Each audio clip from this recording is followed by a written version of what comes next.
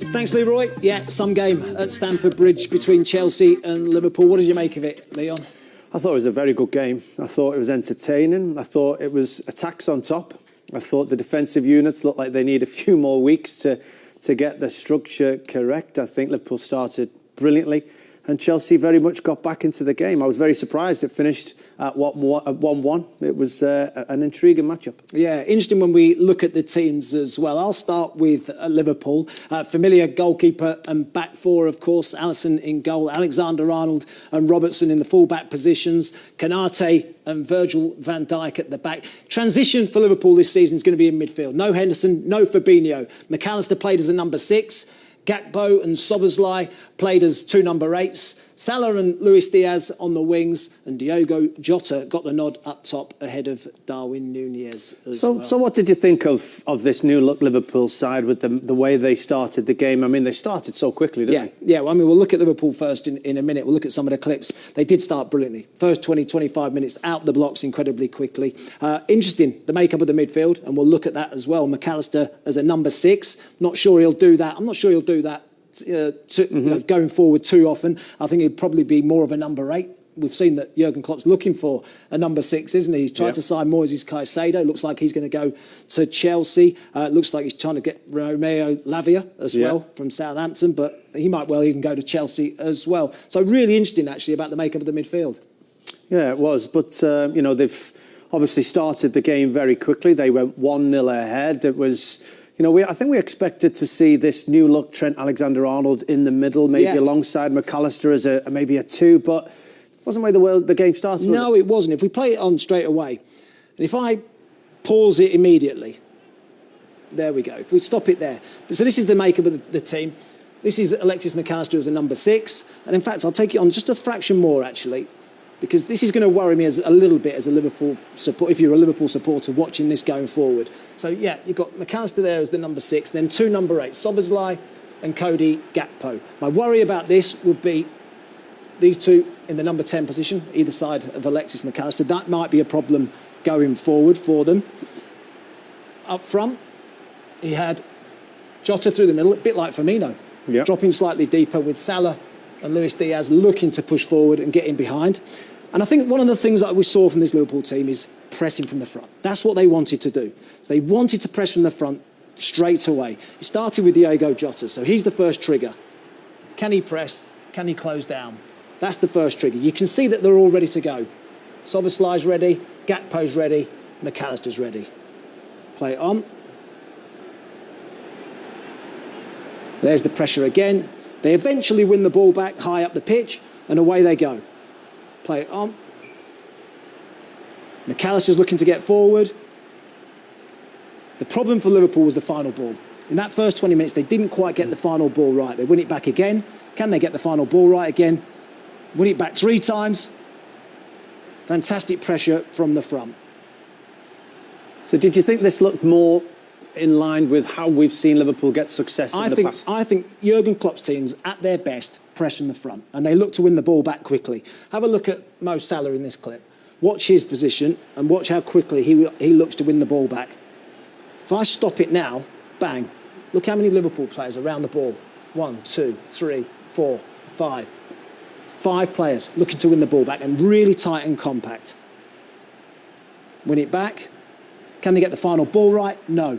This was the problem for Liverpool in the first 20 minutes. They did brilliantly to win the ball back, couldn't quite get that final pass right. Cody Gakpo in a number 8, not sure that's where he wants to play. I think if you ask Cody Gakpo, this is him in the number 8 position, he would prefer to be in one of these 3 positions up front. Probably through the middle, where Diogo Jota played. This is him at his best. If I play it on, excellent turn, continues his run, brilliant.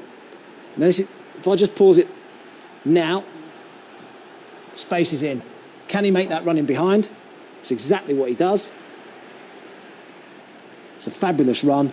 But again, in the final third, can they get that pass right? And again, it's a behind Mo Salah. Wonderful turn. He's really unlucky. Fabulous effort with his right foot.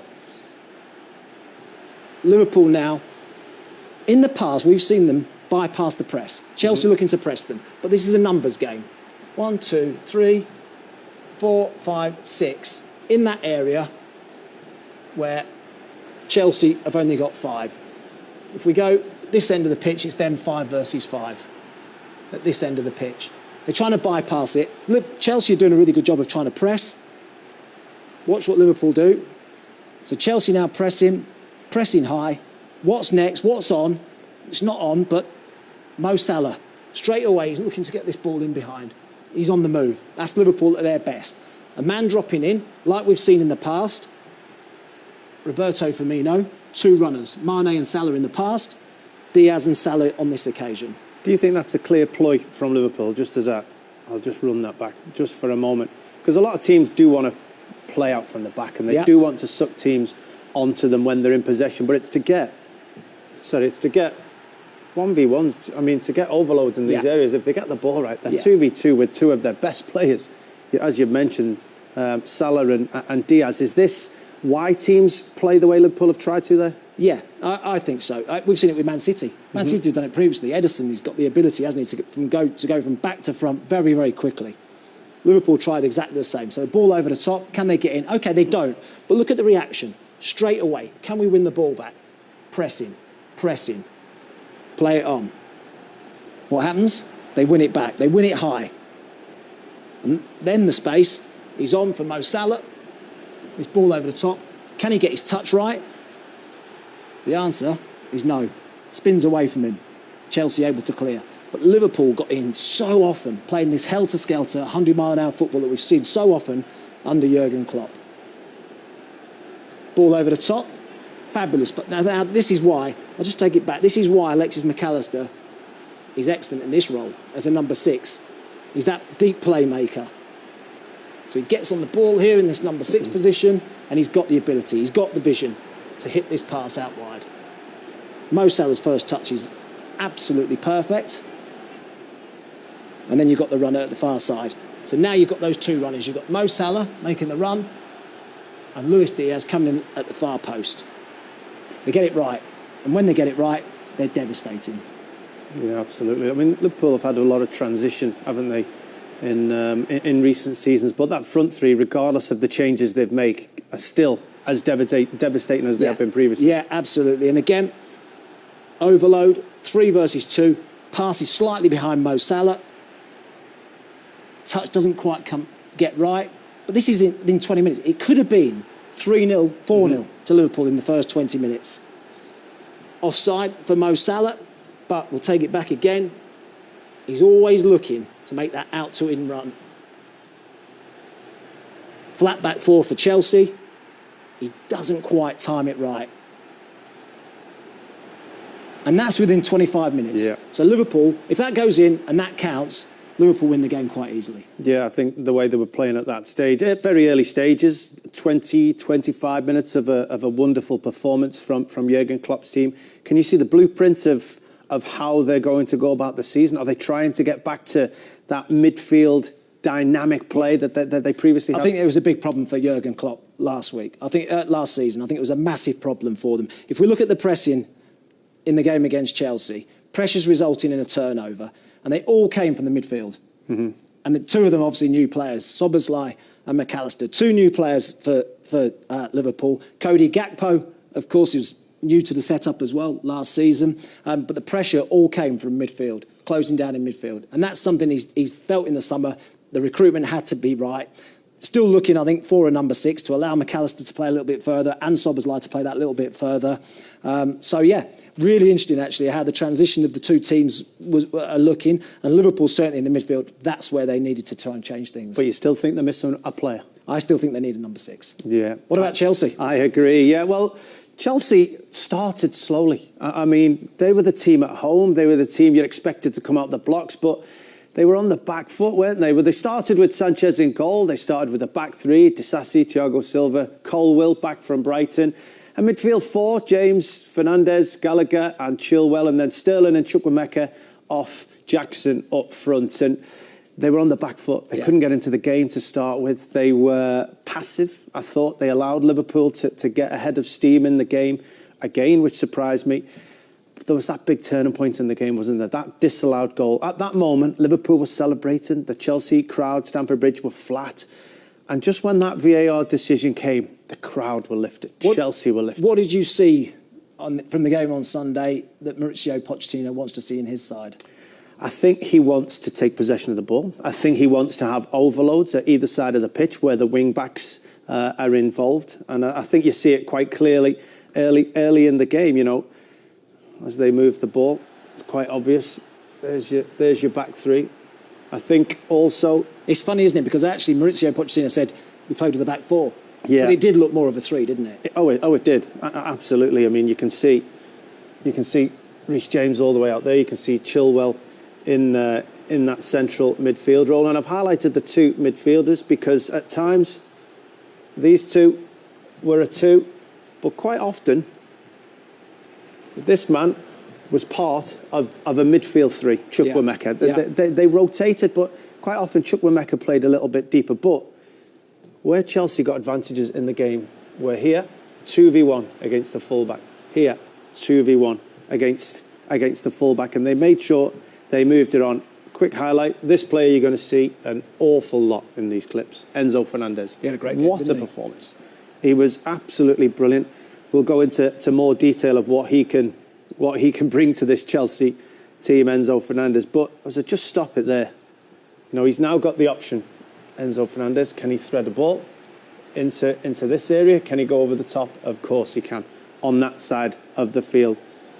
And Chelsea, I mean, how often do you see Liverpool's fullbacks kept backwards? Not often, because even we were saying actually when Liverpool were playing in the game, Trent Alexander-Arnold wants to play in midfield. Well, Liverpool want him to go and play in midfield, especially when they have the ball, but he was restricted. In this game, we hardly saw it at all. He was, and it was because of the positions that Chelsea played in. It was your Sterling and your Chukwuemeka in these positions, and then you've got the wing-backs on the outside of them. Liverpool's full-backs couldn't really go anywhere, and you highlighted the positions either side of McAllister, and he wasn't quite sure which way to go.